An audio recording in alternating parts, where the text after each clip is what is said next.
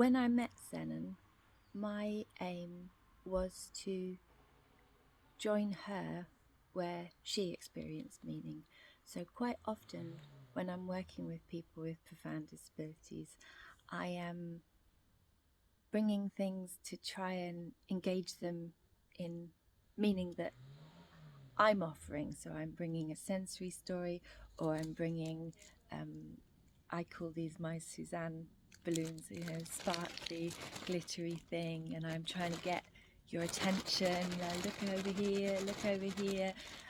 But that wasn't what this work was about. This work was about being with each other.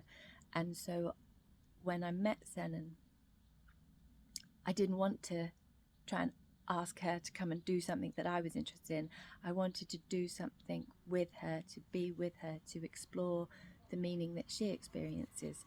And when we were first together, she was often lying down and she would have a hand here by her mouth, and she would be interested in, licking this hand. She would hook out a finger and put it inside her mouth. And, when you watched her from afar, that's what she was doing. She was, this business on her mouth.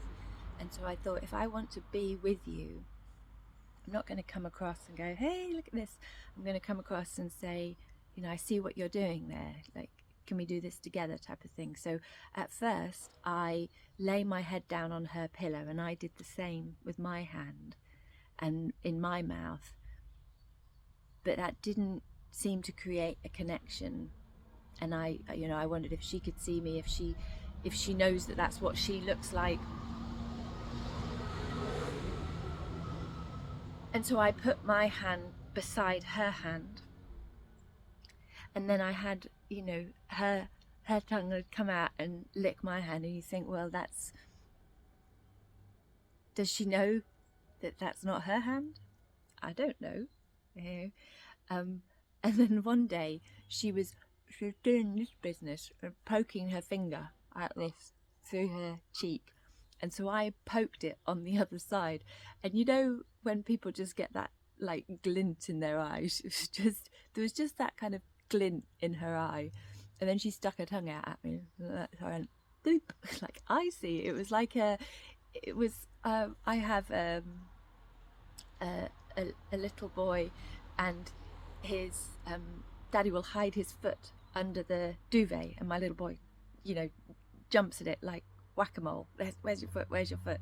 And it was like that. It was like, I see, there you are, there you are. And she began to laugh. And I should give you the context that all of this is happening in a busy classroom environment. There are staff and there are other students all around us.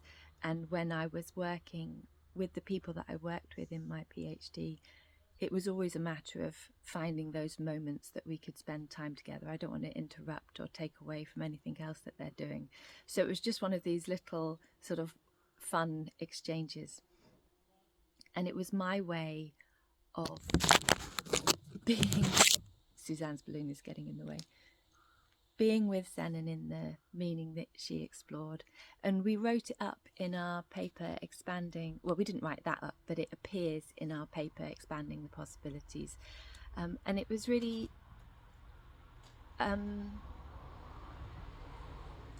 one of the reviewers of that paper was very worried about me describing that. They suggested that it was an intimate moment, and it shouldn't be in the paper. And that really worried me, because you wonder, do they think I did something wrong? Then you look back at it in your head and you think, was like, I touched her tongue. So that is that just automatically wrong? Maybe it is, but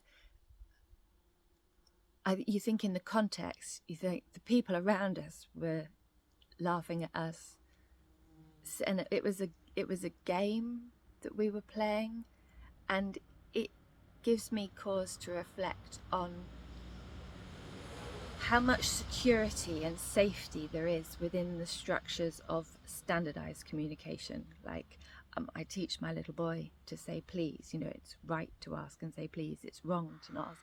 But where are these rules, and when do we cross the line?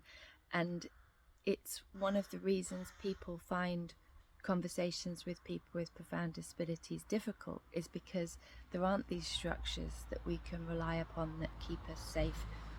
We have to be vulnerable, and you have to feel in the moment and connect in the moment. And I hope that that's what I did with Senen.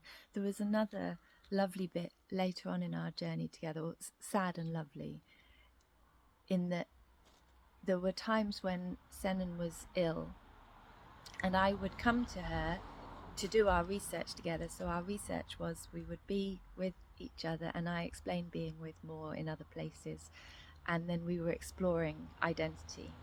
And so I would come to her to get into this space of being with her, of sharing meaning with her.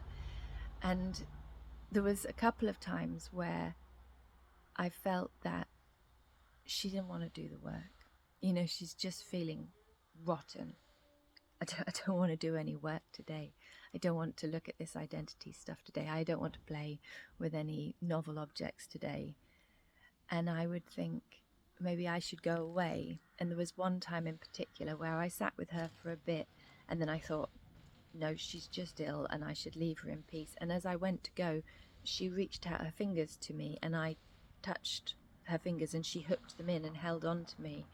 And you think the message is, I don't want to work, but please sit with me.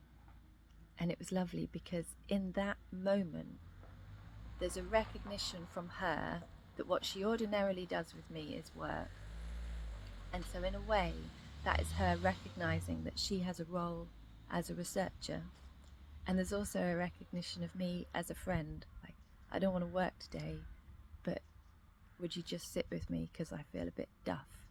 And so the other thing that should always be said about Senen, and is said in other videos, is how she just illuminates beneath the sky. So I thought it was appropriate to come outside beneath the sky to talk to you about her.